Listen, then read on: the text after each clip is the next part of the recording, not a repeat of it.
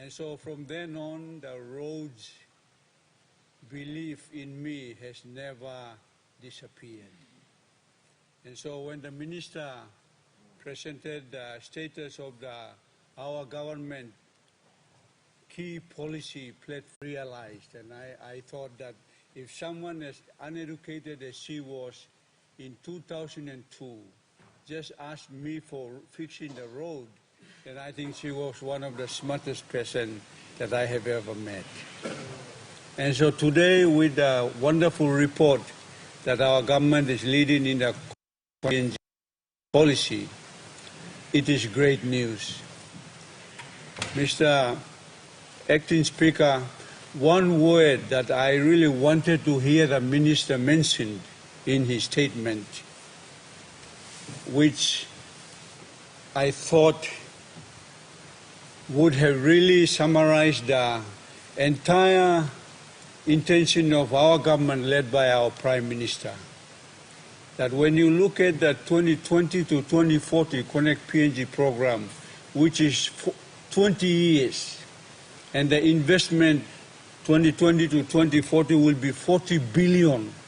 That's 2 billion every year. No government has ever done that. And the word that has been missing from the minister's statement is, this, in my view, this is truly an economic stimulus package for our government. This is truly an economic stimulus package. When such investment in the construction industry, such as road building, is invested, you and I already see the enormous stimulus that this has already generated last 2 years, and that will generate until 2040, 10 years before we reach 2050. Mr. Acting Speaker, I want the minister to always include economic stimulus in this package, because it does have positive impacts in every sector of our community. In particular, and in my own belief, as I always say, no road, no culture in this country. My cousin asked me to fix the road so that she would come and sell her banana for her boo-boo school fee. That's all she wanted. No road, dream by Pinisia. And so when the Prime Minister announced this Connect PNG, I was in when I left to the opposition. And Minister for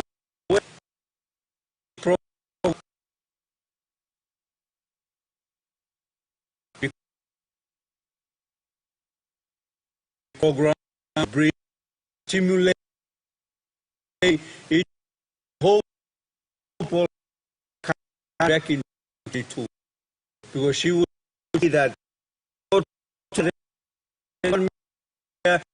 got land banana to play the highway, you can come to Kopiano more banana 60 200 banana in Kina.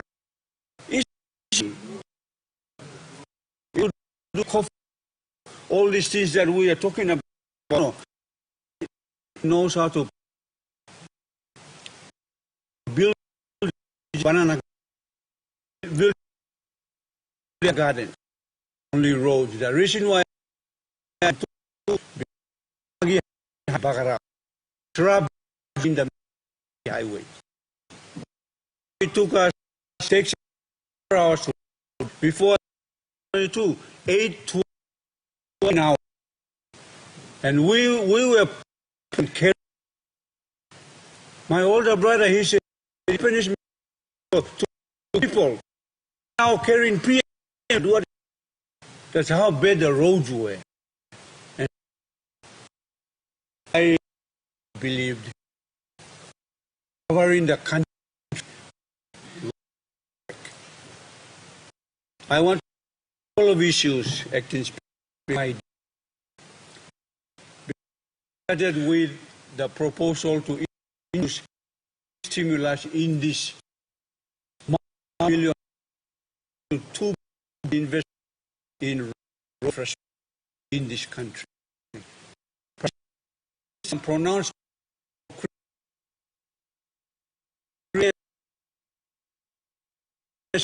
alone billion. If we these contracts, so for example, road contracts were recognized, pick up that right contractor, give the side of the country, come in and doing the right part. The stimulus package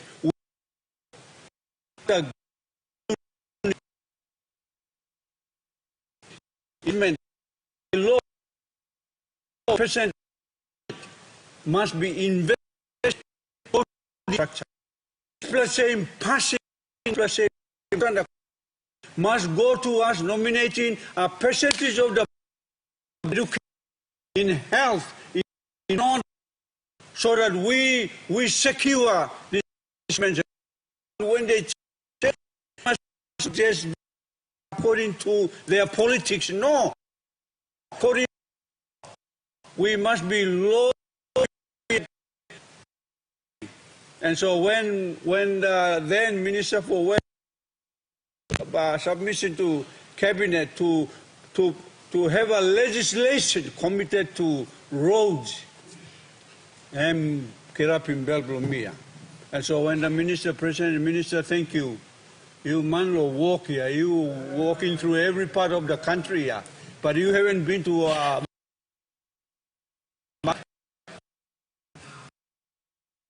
we go you everywhere. We admire and talk to Masa, action must go, leg must carry you go where you are going. And so I congratulate you. Also, you are hardworking secretary. It's not on the floor, but you know, behind a minister, when the secretary is good and walk by go, you may talk tassel the secretary in the team by walking walk. Huh?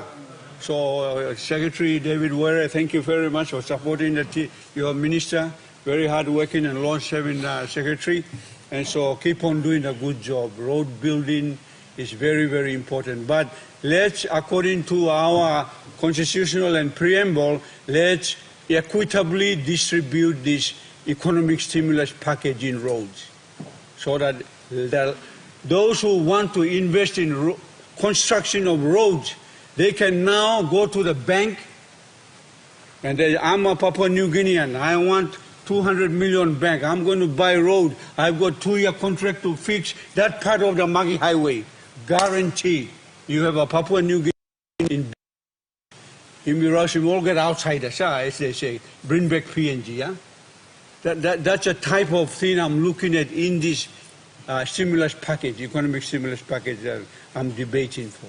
So I look forward to, for me in Abau, right now, as I've been saying, the flood have destroyed many parts of the highway, but I want to thank the minister and his team. The 2 very bad culverts that were broken down by the flood have already been fixed. Thank you, Minister. Thank you very, very much. The contractors on the road, Secretary ran them up, and they're already on the road, did a bypass, and then we are having the highway is now trafficable, so my PMVs are coming in and out. So that's the way the government responds. And I've always been a strong supporter in the not the so-called Department of Works. I've gone beyond that myself, Acting Speaker. I don't want the government to go back to building Department of Works to do construction of roads. Some members of Parliament bought bulldozers and backhoes and everything in their districts, but I decided not to. And so in my effort, I have created 2 millionaires in Abau just by giving them contracts to build roads. Because I don't think that public servants are good at handling these things. I think the private sector, they can do it better. They are committed to fix their backhoe when it's no good.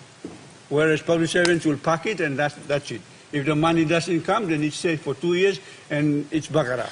And so in this Connect PNG and our private sector being involved in this multi-million commitment in fixing the roads and highways in our country, I think this is one area that I would want Papua New Guinean road builders to start coming up, to apply for 300 million road contracts, 200 million road contracts.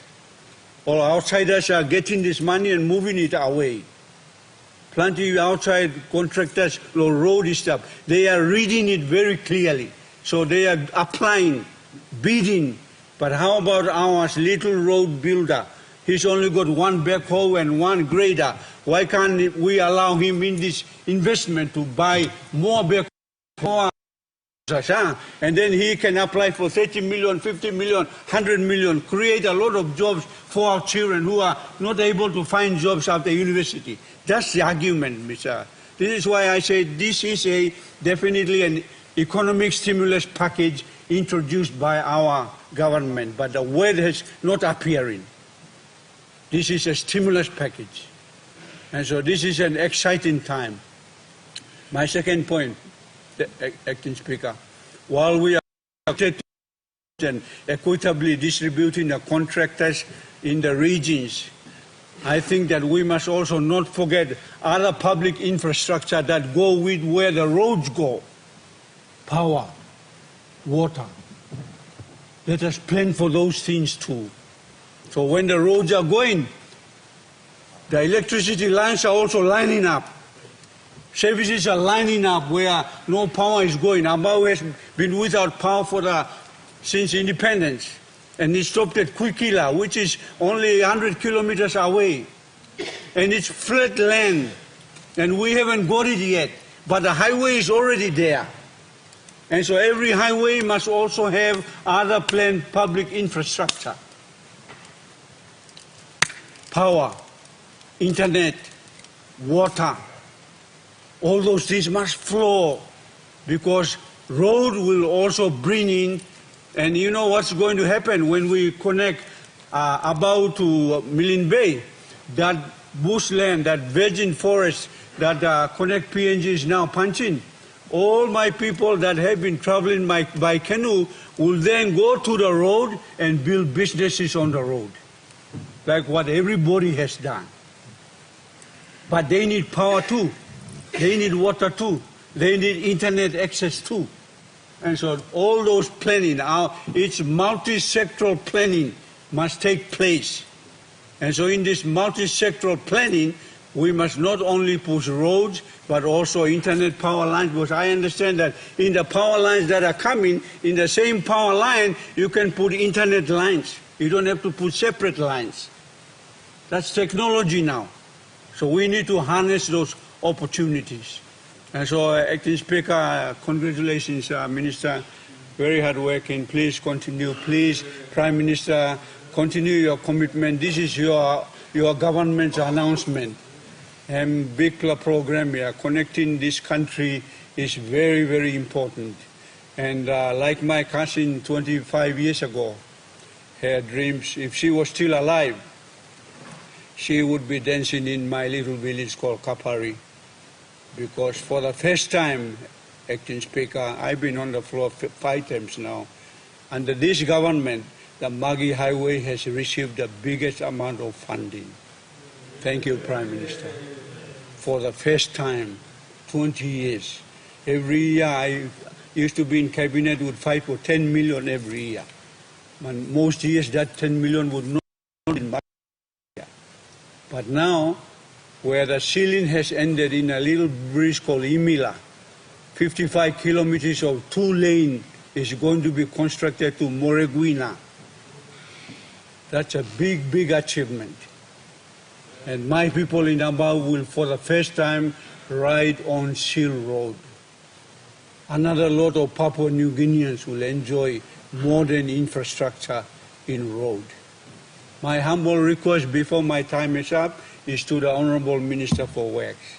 The current sealing program, which begins at Imila, comes to Kupiano Turnoff and hit all the way to Moreguina. Kupiano town where Prime Minister has just opened a new hospital. I think one of the Minister for Health, I'll invite you to come. I think it's one of the best district hospitals in the country. So you must come and have a look at it. And it's in Kupiano town, where the ceiling is going, it's going to go the other way, and the 2 kilometers coming to Kupiano town will be missed. Me think I'm no fair here.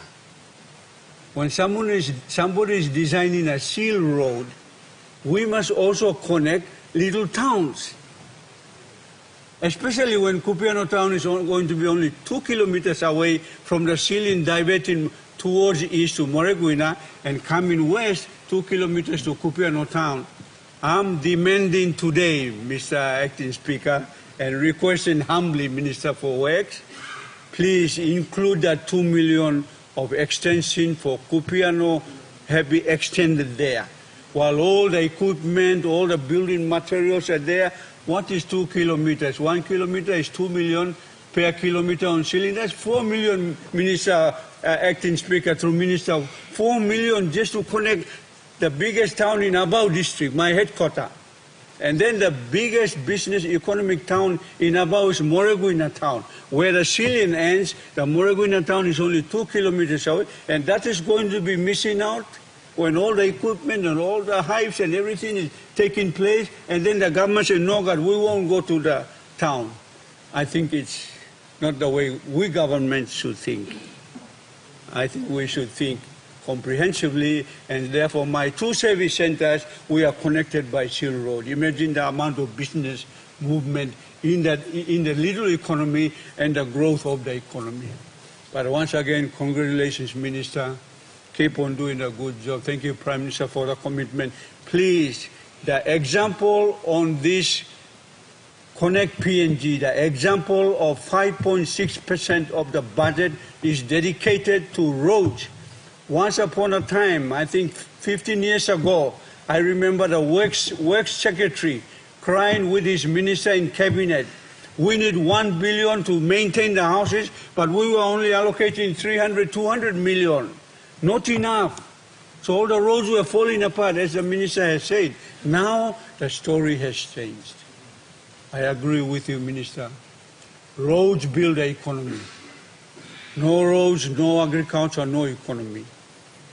Road, yeah, I'm good play. It's a road to like going to heaven, like my cousin said. Fix the road, I will sell my banana, I will buy school fees for my boo-boo, and I'll be the happiest woman on earth. God bless all of you. God bless our Connect PNG program. Thank you, Acting Speaker. Member Lubulolo.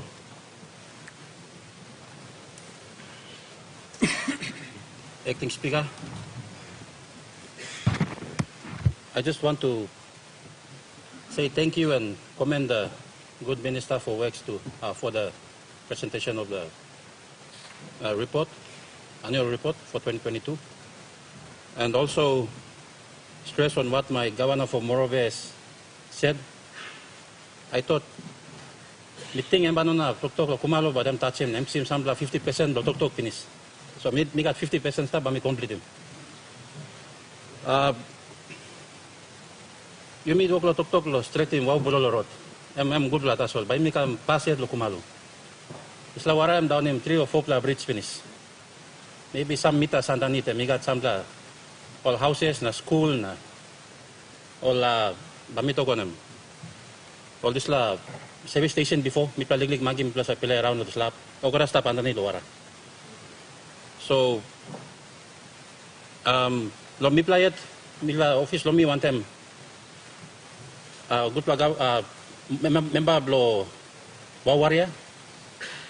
One time member blo Miniama, mi pla tripla district and mi pla serim nisla road one time. So, tu pla ba one belo ting blo mi pla like him one pla flyover. Flyover ino na pro nanta blo kumalu. Flyover must go away lo kumalu. We respect the nature. And we want to keep it on the left. You stand up lo zinek na iputi mai go sem lo. Bulolo on your left. Iba look him. Mi plaga to nice mountain upside. We need a flyover connecting Zinek to the other side on the left, so you keep Kumali on your right. Na by Ron Lapset Mountain Tasolgo, na by Lukim, you have resim Kumalugo Lapset, then we can divert back to the main road. Or otherwise continue to the to Bayun, and then come out na gulo Bulolon na gulo Miniama one time Wawaria. So mo pla liglig ting we mi pla putim kam because we can't do it on our own. We need the Works Department and the government to step in and help us do the feasibilities and probably get the funding in, and we can start the work. Because any kind of bridge you can talk, underground tunnel or any kind of something, still warabai come. And nature, we can't fight the nature. We respect it, and we put a bridge on the other side, away from the disaster zone. So binukat plan ito, minunapulong to, diglig ting tasol mi putikam.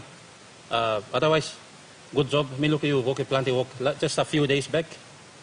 You come lo Morobe province. You walk about around look the road bami plan. Mi talk 10 kilo this la. Thank you, Deputy Speaker. Lo give me time. Minister for Health. Deputy Speaker, I think let me take this opportunity to also congratulate our hardworking Works Minister for the report he presented, statement he presented this morning. If you look at our Constitution, I think in the preamble, taking cue from our senior leader from above, I think it states that resources must be distributed equitably. And if you look at it, I think to provide a fair platform on which services can be distributed equitably, I think road access provides that fair platform. It's quite difficult for us to give services to people who are landlocked, to give services to people who are living out in the outlying islands. It's quite difficult without proper form of communication, proper access. So if you look at it, access actually provides that fair platform where every other citizens of this country can have access to government services. So, rightly so, the Medium-Term Development Plan 3 states that road and road access are actually enabling infrastructures. They enable government services to reach everyone. So on behalf of myself, I think I'd like to take this opportunity to thank Prime Minister Marape, the Marape-Rosso government, for actually making Connect PNG one of its flagship policy programs. Under that program, I think all the districts have been given equal, let me say, equitable amount of resources to actually realize their dreams in building access for their people. So in Wabeg, we've also received our share of resources from the government, and we've actually built certain roads to some of our landlocked areas. And one of such area is a sub-district called Maramuni, which is actually between East Sepik Province and Enga, and it's actually located in a landlocked area. It's quite difficult to access that area. When I looked at the statistics, before there was any form of road connection, the clinic that operated out of the station in Maramuni had an attendance rate of 3,000 patients in a year. As soon as the road reached Maramuni station, in a year, the attendance rate went up to 19,000. So you can see, road access is a very important enabler. It actually provides us that, that access where people can come easily and access government services.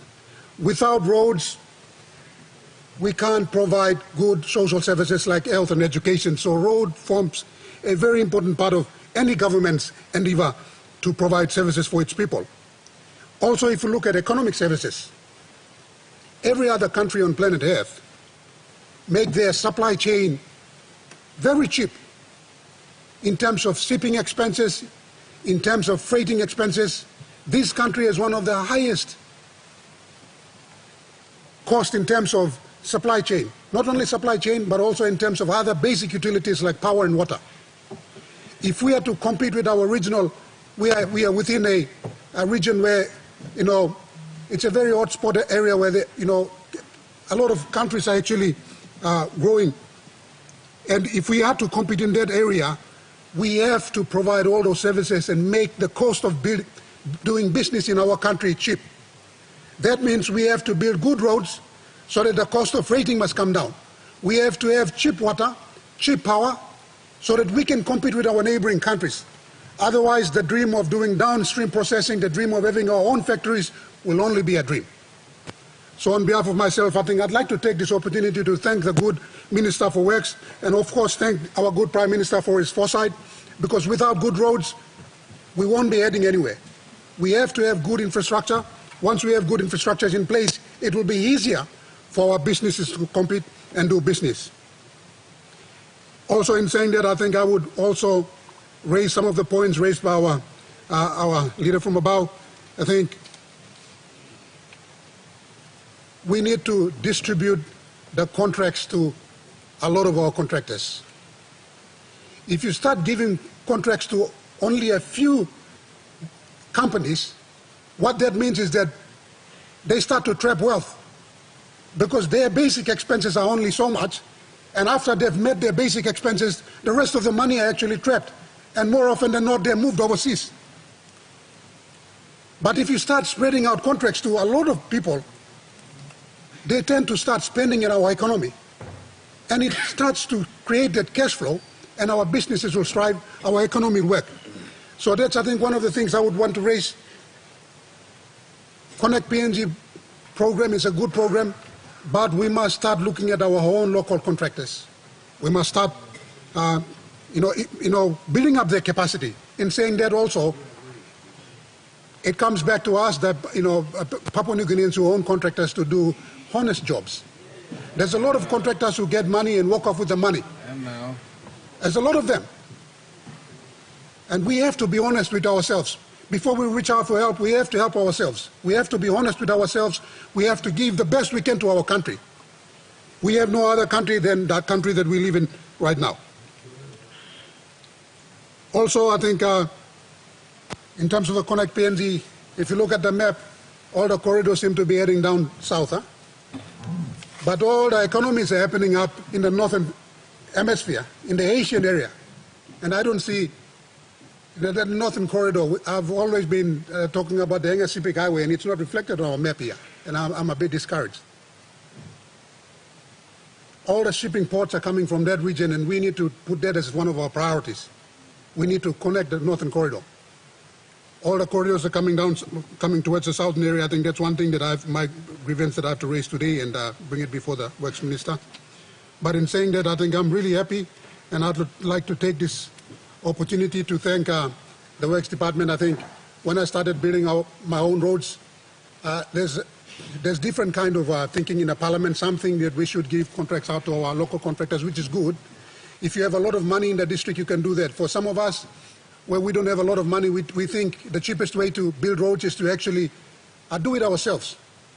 Buy our own machines, you just meet the overheads and the overhead cost, and you can do so many roads with a little amount of resource that you get in a fiscal year. So in using that arrangement, I think our Wabek district, we've built close to about 13 roads.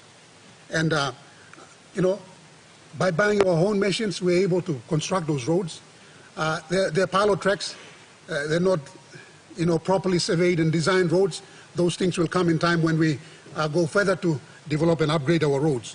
But I think road is an important component of any development. Without access, we can't bring services to our people. Teachers in the rural areas, they refuse to go to the rural areas, but just like any other parents, they want their children to have access to government services. So if they can't have access, why would they go to rural areas to teach? The same for health workers. They can't go to rural areas to work when there's no road.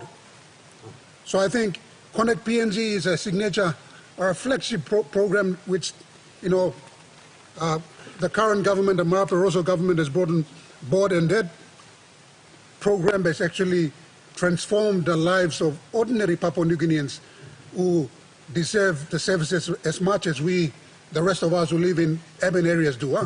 With the Connect PNG program, the rural areas are being, connected. The isolated areas are being connected now, and a lot of people are having access to basic government services. So let me again congratulate the Marape Rosso government and congratulate the current minister for the hard work he's put in, and also the secretary, the work secretary, is one secretary which a lot of us ridicule and a lot of us criticize, but it's a difficult work to do, and I think he's done well so far. So in saying that, I would like to take this opportunity to congratulate him and all his hardworking workers from Works, and thank Prime Minister and thank the Speaker for giving me this opportunity. Governor for Central. Thank you, Mr. Acting Speaker, for giving me the opportunity to speak. I'd like to thank the previous members of Parliament in commending the Marape-Rosso government for giving significant amounts of money towards the Connect PNG program. I want to also thank the Minister and recognize the hard work that he's putting into the Connect PNG and roads in general. I, however, want to raise 2 points of concern. The first is with regards to maintaining the existing national highway. In the case of Central Province, there are roads and bridges that need to be maintained, first and foremost. The second thing I also want to point out here is that provincial roads that are going to be become national roads because they are in the Connect PNG program, that needs also to be looked at. So for example, my brother governor from Morobe was talking about the Goilala road connecting to Wawari and into Ley. So if the Mona Highway is going to be in the Connect PNG, I would like to see that road being upgraded from a provincial road to a condition and status of a national highway. So in terms of how you sequence your interventions in improving the roads, that I think is a logical and prudent way to look at the investment into the Connect PNG roads. So 2 points here. First, maintaining the existing national highways that fall into the Connect PNG program, and upgrading provincial roads that are going to be in the Connect PNG road into national condition and status before we connect the missing links. Now, in connecting the missing links, what I've had so far is the economic emphasis on the economic stimulus and advantage in terms of economic impact. But I want to also raise the importance of the social impact that these roads will have on communities within which the roads will go through. So in November last year, I did meet with the Minister for Works and his secretary, and I asked if there was a social impact assessment study done for the road Trans-Island Highway into Port Moresby. I was told the ADB was doing a study, and I'm not sure if that's actually done and if it's concluded and whether the report is available. Now, my brother Minister for Health just said that, we are looking from north to south and the emphasis is coming down south. Well, as the governor for Central Province, I do have concerns as well. From the point of view that if this road is connected, the missing link, well, when it's connected, the social impact on the southern region and especially central is going to be significant. And within Central Province, we're not ready for the social impact, negative social impact, which leads me to why I'm emphasizing the points about let's make sure that the roads, national highways and provincial roads, and even the smaller roads into the hinterlands where there is significant economic potential that we haven't touched yet, because we don't have the budget to do that. Once we sort that out, the social impact of connecting these roads will be beneficial for everyone. But at this point in time, as I look at what's happening, I think, one, the economic impact is significantly favorable. The social impact on the people of Central Province and Southern Region as a whole is something that is of concern to me as Governor for Central. So I just wanted to bring that, have that down in the records,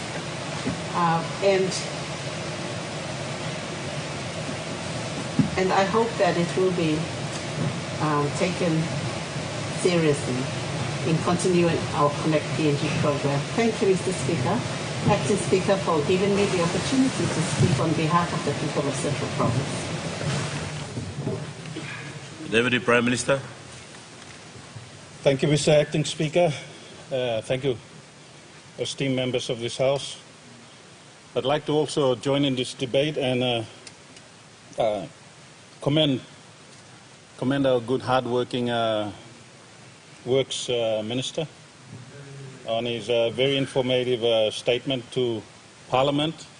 And I'd like to also say thank you to all esteemed members of Parliament, including our Cabinet members, for this very important project, very important lifeline, very important connectivity that we call Connect PNG. But to quote from our good member for Abau and Sepuka, just listening to him talk just made me happy, made me really happy.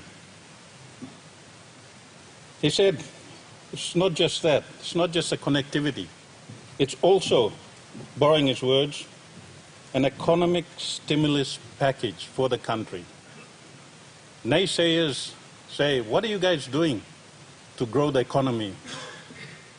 Connect PNG is a prime example of what we've done to connect PNG and stimulate the economy in this country. Connecting PNG, we've just grown 100, Mr. Speaker. We've just made 100 millionaires, 100 Papua New Guinean contractors. Not any other contractor, but Papua New Guinean contractors from all walks of life. We have connected our people, economic lifelines, connecting health centers, connecting roads and districts to our urban centers. We have also increased better infrastructure for our urban centers. But just listening to Sepuka talking about it and his demands that more national contractors be engaged, and I agree, and that is what this government has done. All of us sitting in this parliament, we have done just that. We have created opportunities for local businessmen. Every year, over 1.5 billion straight into them. When BSP declares dividends and profits during hard times and COVID, all declare him over 1 billion profit. Money or similar. And profit do this whole company, no Papua company, I go back to BSP. That is why I declare huge profits in the last 2 years during really hard times, during COVID times. So when people talk about stimulus packages, this is one of the best prime examples, connecting PNG and connecting and stimulating our economy. But more so, our Papua New Guinean contractors, good Papua New Guinean contractors. Contractors, and quoting again from the good member from Wabeg and the Minister for Health, that these contractors too must stand up and be professional and grow to meet the expectations and standards. It is not easy building roads. I say this with experience. I used to build roads before in my private time, in my private life. When I was a contractor, Mr. Speaker, I had to sack 200 Papua New Guineans because my company, a local contractor, the government at that time did not give me any contracts. I cried when I sacked 200 of my staff because they gave all those contracts to foreign companies. Now, all get a Papua New Guinea company now and walk. 90% of all these contracts going out are hard-working Papua New Guinea companies, keeping the money in the country, spinning it in our economy, and connecting all our villages. Disla and Bigpla Amamas, When I sit in cabinet, na mi luko Papua New company comes in down na kisim contract. Mi got big plama mas true. Lo give him contract go back lo line blow mi bla. Mi got big plama mas true. But while mi amamas mi le toksa lo all too. All must work lo expectations na deliver him good quality contracts. This is an opportunity for them to grow. No can kisim monitor sol na ino work him good pla work. So you mi ogada mas holimol accountable. And not only through the national works, but lo all get a district. Government blue you me now, you me ogada sinano this room. This like government you me give him a lot of district road contracts to every single district in Papua New Guinea to connect our districts. And that goes straight to our DSIP, straight to our DDAs to manage it. And the onus is on us all as members of parliament to ensure that we use these infrastructure grants so that we connect all the little hinterlands inside our beautiful country. And when we say connectivity, it's not just about roads, Mr. Speaker. It's also about communication. It's also about power. It's also about wharves, bridges, airports. We see airports being rolled out. We see airstrips being rolled out. We see wharves being rolled out. Connect PNG is working. We need to do this for the next 10 years so that we can be able to truly connect every hinterland in Papua New Guinea. And we have done that by giving 5.6% of our annual budget by law to give it to the Connect PNG program. And big money through. Economic lifelines, economic contractors, some of them have stepped up. Look at the 9-mile to 14-mile contract in Port Moresby, done by a Papua New Guinean company and nearly completed now, in very good quality. This government, Mr. Speaker, the people in this room, we are pro-nationalistic. We are pro-Papua New Guinean companies. We want more for our country. We want more in all our equities, in all our mines, all our extractive industries. But at the same time, while being pro-national, we respect others also who work in our country. And we do it within the confines of our law. Mr. Speaker, mi ama mastru lo sana ploia, na mileto thank you, lo support blow every single one of you in this room. Together we can. Together we will make this a much better country for our people. We have a lot of issues to be fixed, not only in roads, in health centers, in police stations, in law and order. But you can see that we have now together appropriate sufficient funding in our law and order sector moving forward. We have appropriate now funding to ensure the hospitals are built and more hospitals will be built to help the people like in Central Province, to help our people in Wabag, to help our people in East Sepik, to help our people in Ley. Working conducively, working with our development partners and working with each other and making certain our budget, our money is put and used to the best of its ability, to the best of its use. Work one time na by administrative place me. One time this la me commend him this la lo parliament na talk thank you once again to the minister and the hard-working staff behind him, the secretary and all his work staff. One day this la me to thank you through. Thank you, Mr. Speaker. The question is that the question be put. Those in favor say aye. Those against say no. Ayes have it.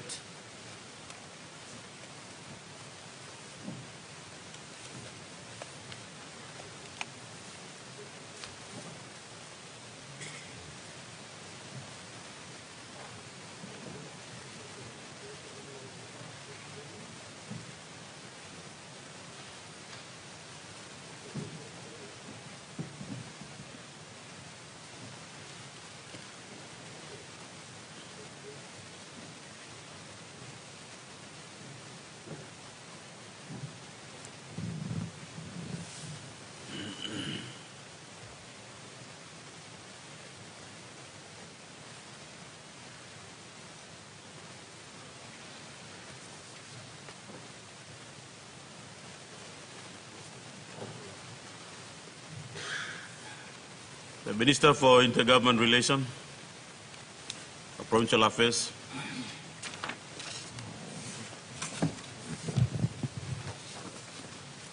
Thank you, Mr. Acting Speaker. In pursuant to SERIS I seek the leave of Parliament to present the annual reports 2020 and 2021 for Department of Provincial and Local Level Government Affairs.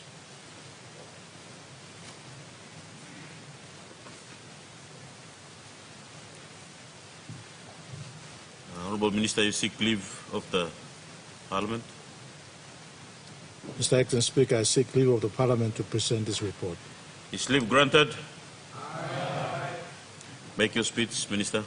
Mr. Acting Speaker, since this is my first ministerial statement for this government, let me from the outset thank the Marape Rosso government for the privilege of being appointed minister to head this very important ministry.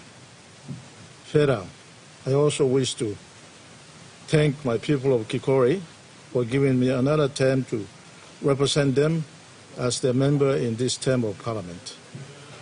And let me also thank my predecessors, the Honourable Pila Ningi, the Honourable Wesley Nukunz, and the late Honourable Kevin Isifu for their hard work from which I am able to present this report today. My department is a small organization with small budget, but it is mandated with huge responsibilities. The former government and this government, under the leadership of current Prime Minister, were formed under the COVID-19 pandemic and tough economic climate, which resulted in major budget cuts and cost-saving measures were put in place. This didn't deter my ministry and department from performing our assigned functions and responsibilities diligently. Despite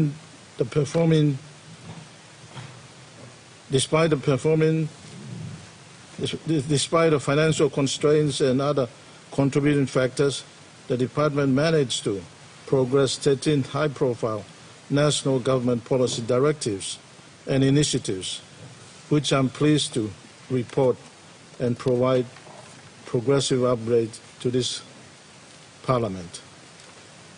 Mr. Acting Speaker, the first priority program was on the implementation of national decentralization policy.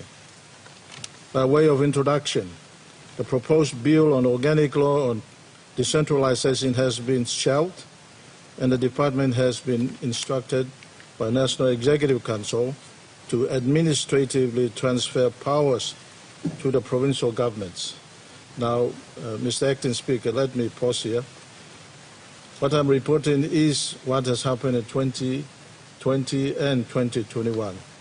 This matter has been, again, discussed in the last few days in the Governors' Conference, so in the future I'll be bringing to this August Parliament the update of what I'm now talking about.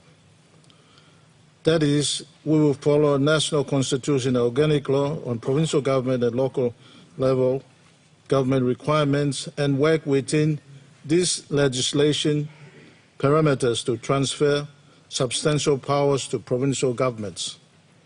The previous arrangement of gravitative decentralization and service delivery partnership agreement as a conduit to transferring power is now being reviewed, and some components will be integrated into current administrative arrangements. The department is now developing legislative process requirements on decentralization documents. This will encompass establishing processes and procedures to follow within transferring powers to provinces. Initial provinces of Enga, New Ireland, and East New Britain will begin the assessments and process of transferring of requested powers and functions. This will be followed by Morro Bay, West New Britain, and Central Provinces. The department is now putting together this document to ensuring power transfer is within the spirit and intent of the national constitution. Mr. Acting Speaker, the second priority program was the National Service Delivery Framework, which my department and the Department of National Planning and Monitoring are jointly developing. Initial work on National Service Delivery Framework commenced in 2020, with final report ready for publication soon. The intent of this framework is twofold.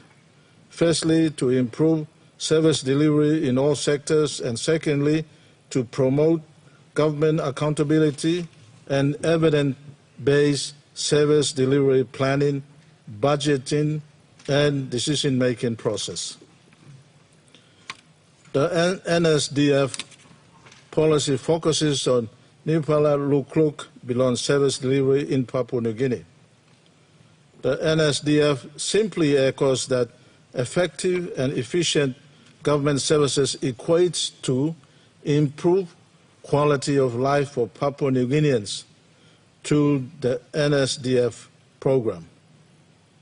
It will link the levels of government and levels of services to the concept called point of service delivery. The focus of this approach is to improve frontline services at certain place and certain point, and hopefully address the grim realities that efforts from both public and private sectors into improving the livelihood of our citizens is not achieving an acceptable level of services that have been provided.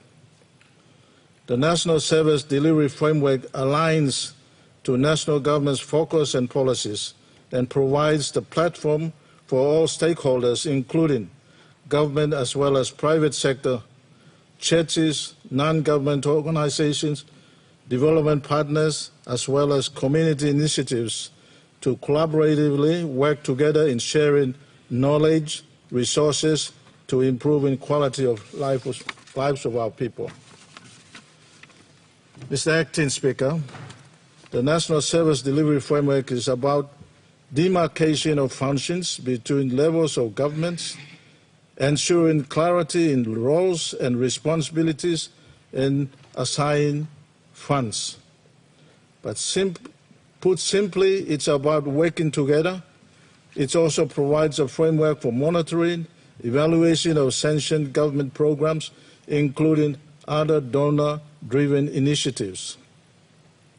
Lots of funds have been spent over the years, and very little monitoring is being done to ascertain how effective and beneficial these programs are to the communities. There are also reporting gaps. The National Delivery Framework will enable that there is alignment and decentralized collection of data for all of us to use in future planning and decision-making process. Throughout the third and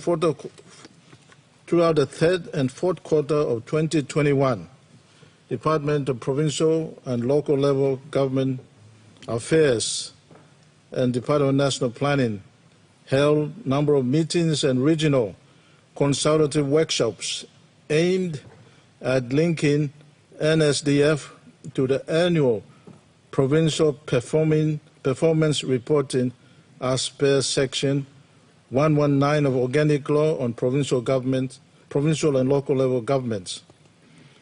Simultaneously, we have also taken review of performance indicators in current Section 119 reporting templates so it can be used as benchmark for measuring performance.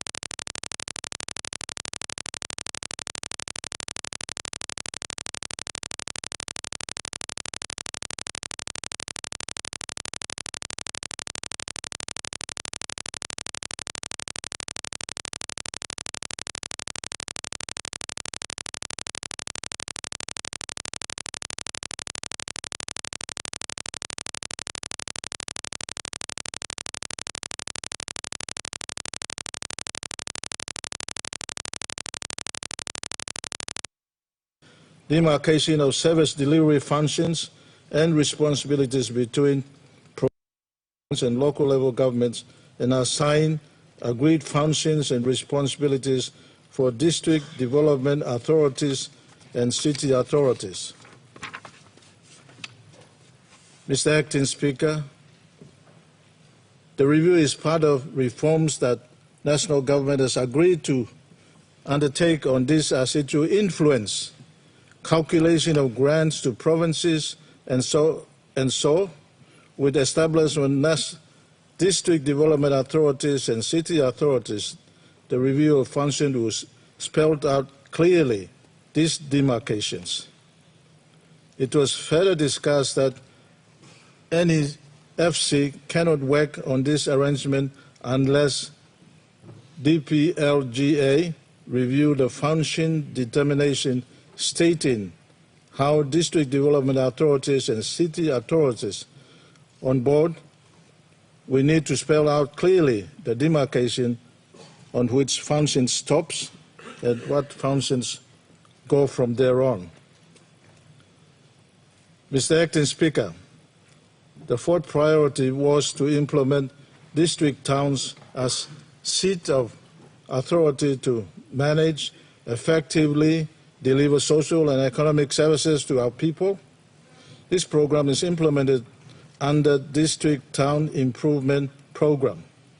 The main objective of this program is to grow district economies by directly funding capital investment to trigger cash generation and district economic growth.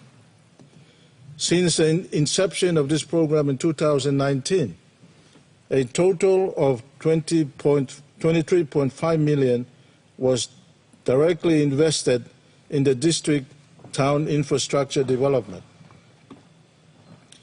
This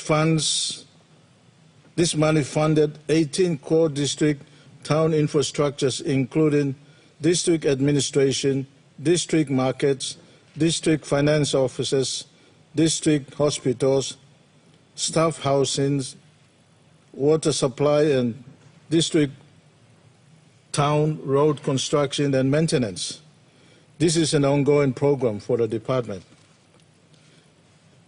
Mr. Acting Speaker, the fifth priority project or program was to operationalize Section 57 of the Local Level Government Administration Act of 1997, which refers to Village Book.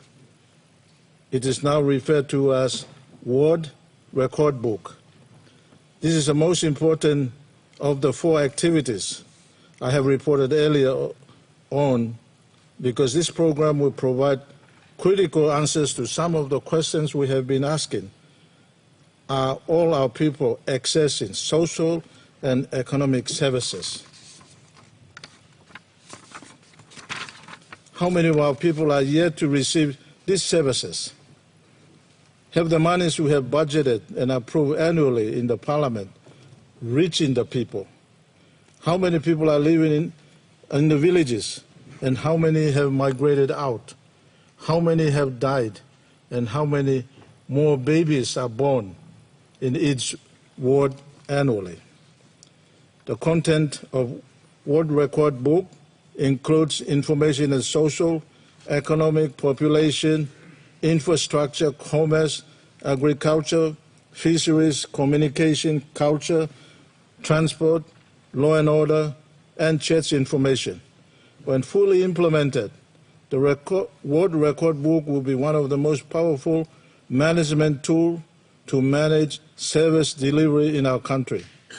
The outcomes derived from the data annually will confirm the decision of national and provincial politicians, heads of government departments, provincial administrators, district administrators, council managers that will lead the organization in the provision of specific service delivery tasks. In 2020, Ward Record Book was launched and rolled out to 6 provinces, namely Eastern Highlands, Enga, Western Highlands, New Ireland, East New Britain and Central Provinces. The rollout of World Record Book is now progressing. Mr. Acting Speaker, the sixth priority program was to sort out implementation issue of Lae, Mount Hagen and Kokopo City authorities. I will briefly provide updates on the implementation and operationalization of the City Authorities Act. Leading up to the implementation of the Act, there were confusion on the roles of city authorities and urban local level governments. I would like to thank the interdepartmental agency team that brokered the peace between the two entities. I also take this time to thank the member for Lae Open, who is for the Prime Minister, of course, member for Mount Hagen, and member for Kokopo Open for their support in resolving these legal issues. Mr. Acting Speaker, specific amendments were made which now allows the city authorities to operate as statutory organization to raise revenues, at the same time provide municipal services. The amendment bill were read in this Parliament and subsequently got approval, which made the open members as chairmen of their respective city authorities. The city authorities boards, swearing in and the senior managers' employment are ongoing and progressing well. Mr. Speaker, the seventh priority program was on the implementation of DDA Act of 2014. By way of introduction, the District Development Authority Act came into effect in January 2015. Please note that 6 of the districts in National Capital District and Autonomous Region of Bougainville were not covered under this Act. Thus, the Act covers only 90 districts, including 7 new districts coming on board this year, which means those new districts that have now been implemented, and thus we have new MPs on the floor of Parliament.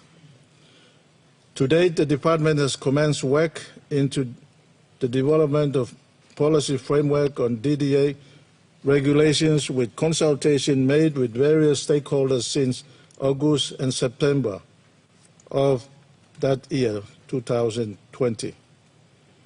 An information paper, draft regulation and DDA reporting templates have been completed, pending further hands-on practical feedback from DDAs before it is finalized for Minister to take it to NEC and to Parliament. Another contributing factor to work being stalled in finalizing the regulation was part of recent amendment which the Department wasn't aware of concerning Section 2, 24, 25, 27, 26, 27 of DDA Act.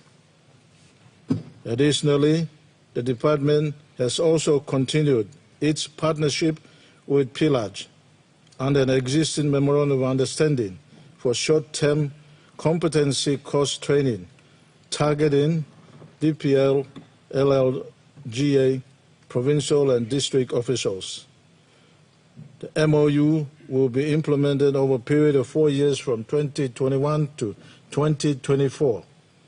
Under the partnership arrangement, DPL LGA is looking at the program design, whilst PILAG is focusing on program development and delivery.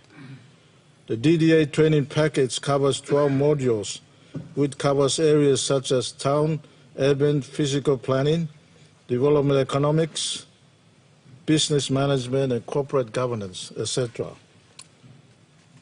It is with our firm belief that we have to firstly build capacities of our staff and that of provinces and districts before we could enforce compliance under the regulations and monitor the performance of districts.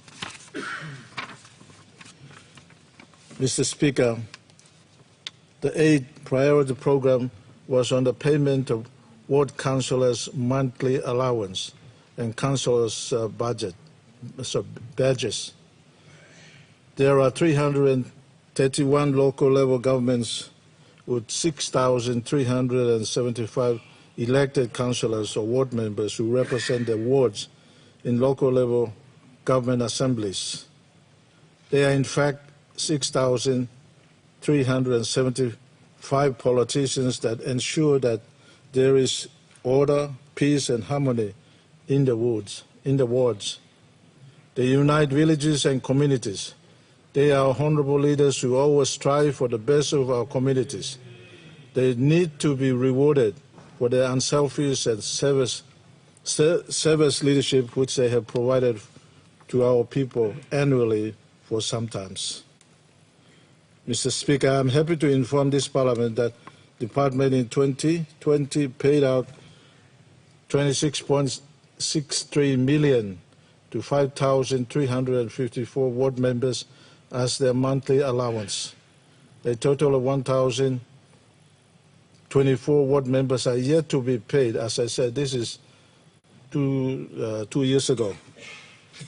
This situation have changed. Let me also add on that most of the outstanding allowances have been paid, and all the ward members are now put on salary every month.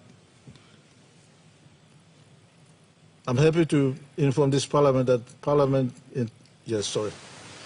a total of 1,024 ward members are yet to be paid because of bank account issues at that time. All allowances are deposited to BSP Kundu Pay system and kept in custody with the banks, and once all the bank accounts are sorted out by the members, the allowances are backdated and paid. That has already been done. Mr. Acting Speaker, further, in recognition of the services of ward members in our communities, the Department purchased 6,500 badges and other accessories. The badges and uniforms, as it was known in the past, were worn by LLG members or councillors, a symbol of authority.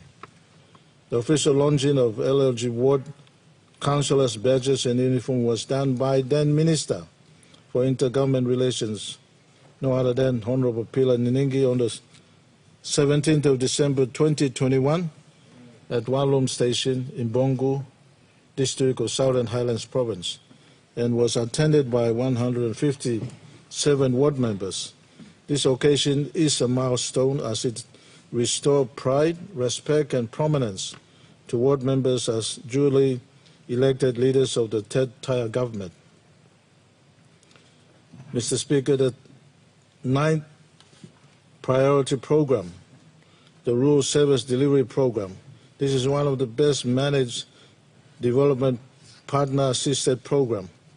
I will now highlight some of the major achievements, but first let me thank the Department of Treasury, Finance and National Planning and Monitoring for their support since the inception of this project. Mr. Acting Speaker, further, let me on behalf of Marape Rosso government express our sincerest gratitude to World Bank and Australian government for facilitating these funds and being made available by International Development Association. The association, by way of credit facilities, funded US $23 million, and DFAC granted through the World Bank funded US $4.5 million over the next 5 years. And these funds have come to end, this project have come to end. Mr. Acting Speaker, I will be meeting with World Bank representative hopefully by today to secure additional 110 million kina of World Bank to fund this project. That's just an update. Mr. Acting Speaker, by way of background information, this program targets rural and remote local level governments and wards. Projects are decided by ward members and women participation is given prominence. Project includes construction of classrooms, teachers' houses, school libraries, community health centers, women resource centers, water supplies, and community halls.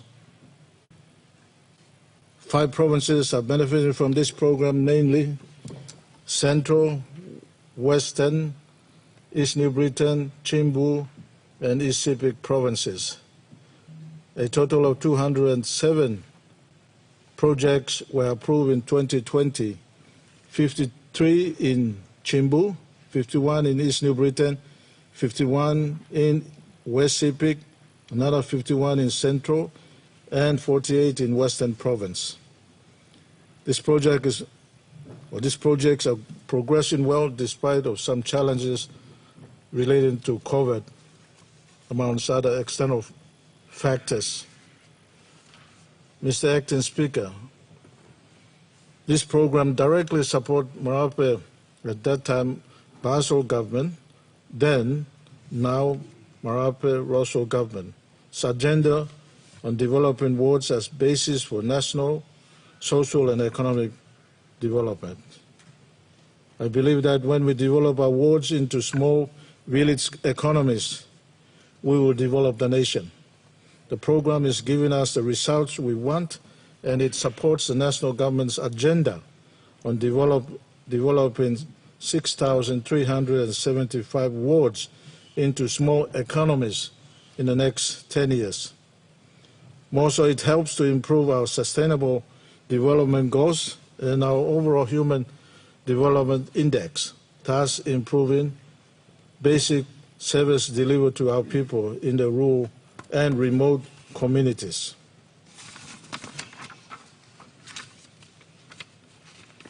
Mr. Acting Speaker, the 10th priority program was on implementation NEC decision 322-2021 on LLG leaders payroll system.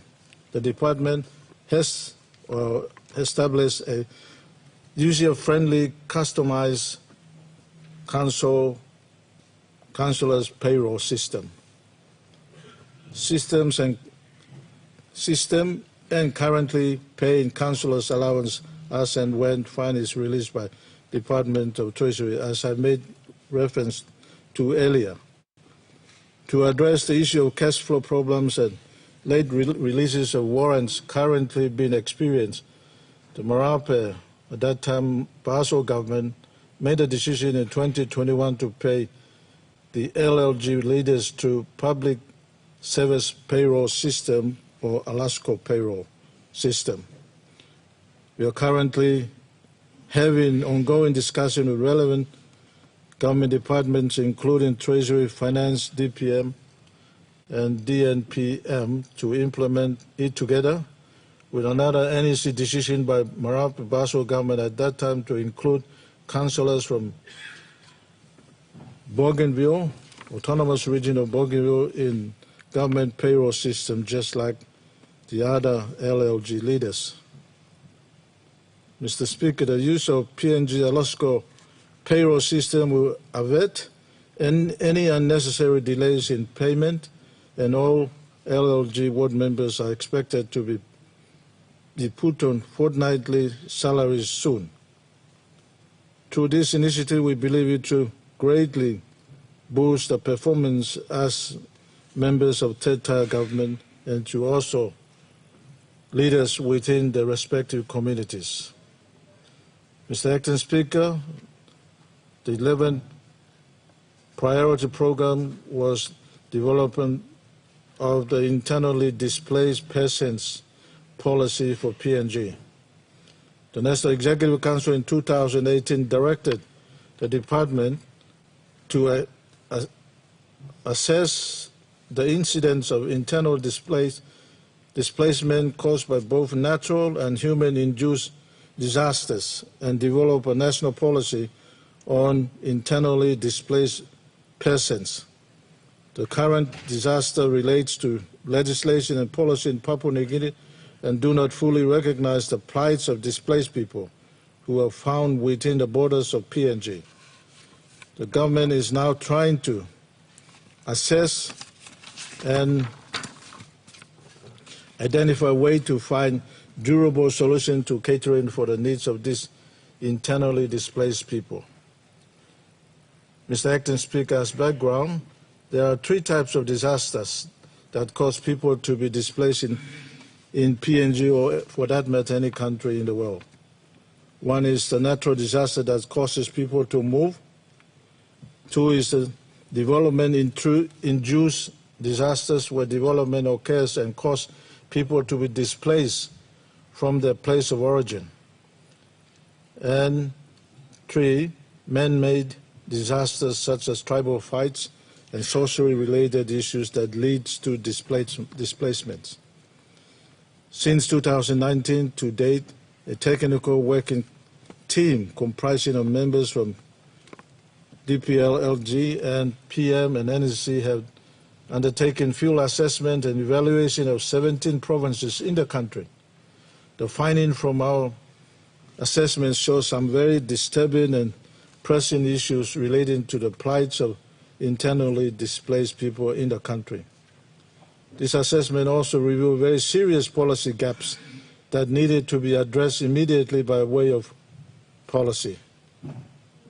There is clearly lack of non-existent of policy which has hindered standard coordination of humanitarian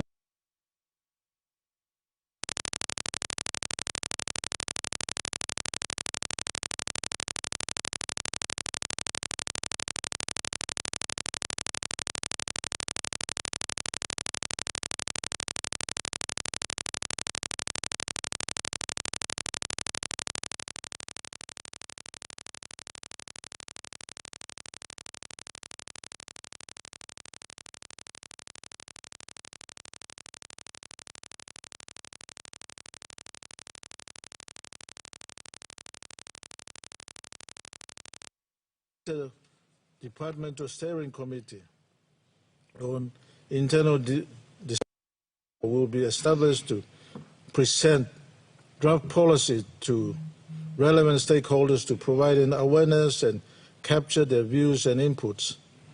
The Ministerial Committee will also be established to present the policy to CACC and National Executive Council for vetting and approval, and finally table on the floor of Parliament. It is therefore imperative that national policy and internal displaced persons to be formulated to assist and guide the government in addressing issues relating to and affecting displaced persons in this country. Mr. Acting Speaker, again, this matter has been upgraded, and this is not the case anymore. The department is currently in the process of consolidating all data and information gathered to finalize the draft IDP policy. It is intended to be completed by end of December 2022. As you can imagine, this is a paper that should have presented a long time ago. Mr. Acting Speaker, the 12th priority program was on Manam and Cordova Islands displaced by volcanic eruptions and their permanent resettlement programs. Before I continue by way of background, I would like to inform this Parliament that Disaster Management Act is now managed by Department of Defense, whilst my department administers Resettlement and Restoration Acts respectively. This is as per ministerial determination endorsed by our current Parliament recently. Firstly, I would like to report on Manam Resettlement. The government established Manam Resettlement Authority Act in 2018 and became fully operationalized in 2020 after lengthy 16 years of political interference, infighting, misuse of funds allocated for displaced 25,000 people of Manam. Hence, it took too long to settle and find durable solutions to this of our people. This is the worst disaster mismanagement recorded in this country. It must never happen again. The authorities' main function is to find durable and sustainable solutions for permanent resettlement of our people in Bogia and Sungkap districts in Medan province and elsewhere in the country. Mr. Acting Speaker, since passing of Manam Resettlement Act of 2016, a new chairman was appointed, a full board established, an organizational structure approved, and acting CEO was appointed. Funds totaling $2 million was successfully allocated to the authority to reopen the closed health center, maintenance of classroom, purchase of roofing irons, and provide for seedlings for rehabilitation programs. Under new management, we have successfully conducted peace and reconciliation ceremonies at Asumba Care Center, secured office space for authorities in Medan Town, and constructed forward base at Bogia District Headquarters. Secondly, there is a land investigation and surveying work at Raptuk, designated area for permanent resettlement. Mr. Speaker, I will now proceed on to present Cordova Island's permanent resettlement work progress. By way of introduction, the volcanic eruption in 2018 completely destroyed Cordova Island. It displaced 600 people, including young children. We'll now relocate them to mainland, and people are currently living at Denden Care Center in Isipik. The department has established a reporting mechanism for management of funds allocated whilst waiting for Act to be passed. A total of $2 million has been released by national government for rehabilitation of this program. This too has changed. I will bring in up-to-date information later. Whilst there is legislation to manage the permanent resettlement of displaced Manam people, the department is managing permanent resettlement for displaced Cordova people by working with Wewak Islands and Turubu Rural LLGs and Wewak District Development Authority and East Sepik Provincial Government. Let me thank Governor and East Sepik Provincial Government for taking leadership on this very important issue. The department has prepared a draft bill to establish Cordova Resettlement Authority. However, whilst in consultation, it has formed the view that displaced population of estimated 600 people can be successfully resettled by department and East Sepik Provincial Government, creating an additional administrative body under legislation to resettle 600 displaced persons may cause unnecessary financial and administrative difficulties. It must be noted that for resettling Manam Islanders, an authority is necessary due to large group of people, which is totaling 25,000 people to be resettled. Mr. Speaker, Mr. Acting Speaker, the 13th priority program was on implementation of NEC decision number 359 of 2018 on Border Development Authority function transferred to Department of Provincial and Local Level Government Affairs.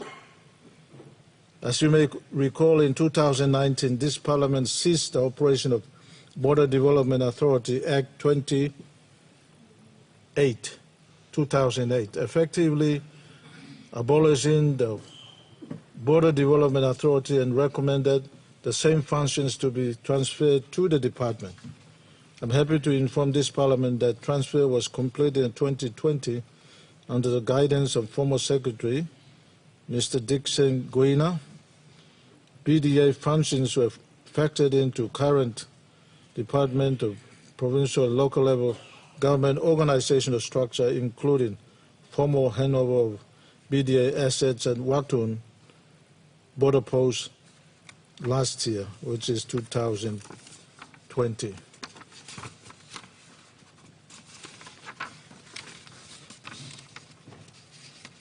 In conclusion, Mr. Acting Speaker, in my earlier opening remarks, I have alluded to my Ministry and Department of Provincial and Local Level Government Affairs as small in terms of its powers, ceilings, and financial resources, but shoulders huge responsibilities. Managing 22 provinces, 90 districts, that excluding the new, according to this paper, 6 districts which are now with us, and including autonomous region of Bougainville, and 331 local level governments, 6,307 wards, 3 and 14 special purpose authorities, which was a subject of earlier questions that were asked this morning. The Ministry and Department remains as nerve center that works within the highly centralized system of governance to supporting the national government service delivery reform agenda. Mr. Acting Speaker, the performance report that I have briefly presented to this Parliament demonstrate the commitment and discipline in the use of limited financial resources by my Ministry and Department of Provincial and Local Level Government Affairs. It is a testament to what we can achieve with limited financial resources. I'm pleased to say that we have delivered on all the major government policy initiatives and directives assigned to my Ministry and Department. Mr. Speaker, I now present the Department of Provincial and Local Level Affairs annual performance reports for 2020 and 2021 to this Honourable House for its noting and endorsement.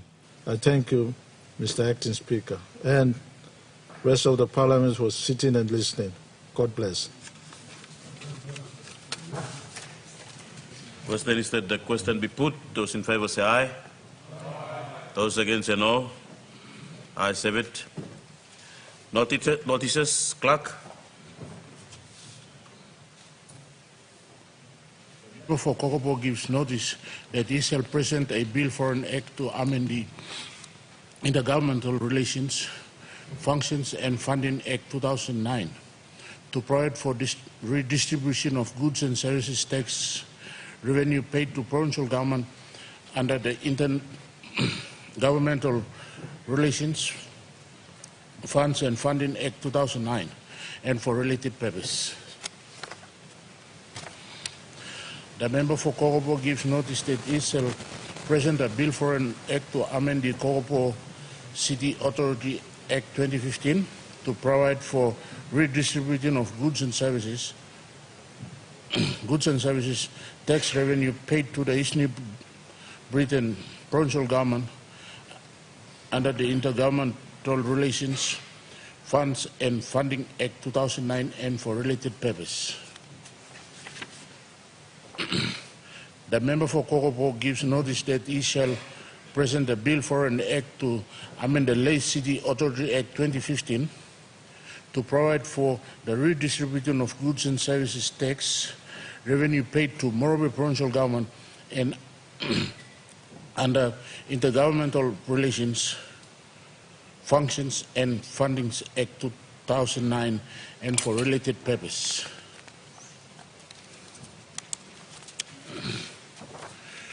The member for Kokopo further gives notice that he shall present a bill for an act to amend the Mount Again City Authority Act 2015 to provide for redistribution of goods and services tax revenue paid to Western Islands provincial government under the Intergovernmental Relations, Functions and Funding Act 2009 and for related purposes.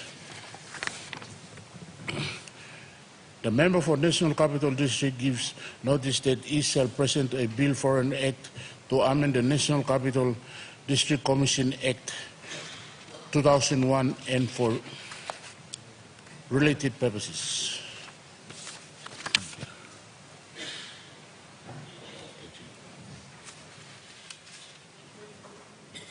The Honourable Minister for Health. Mr. Speaker, I now move that Parliament be adjourned to 10 o'clock tomorrow. The question is that the motion be agreed to. Those in favour say aye. Aye. Those against say no. Honourable members, I now adjourn Parliament to tomorrow 10 o'clock a.m.